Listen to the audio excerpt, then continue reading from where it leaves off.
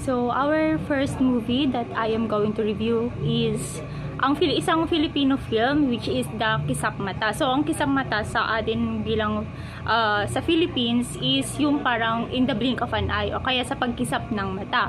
Tapos, this movie Kisap Mata is isa siyang psychological horror. So, kapag sinabi natin psychological horror, means that yung parang nangyayari is ini-interpret natin siya parang nakakatakot in a way ng mga elemental.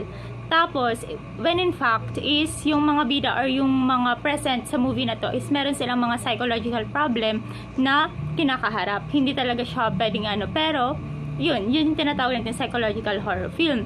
Tapos, itong Kisap Mata naman na to is dinirect siya ni Mike De Leon.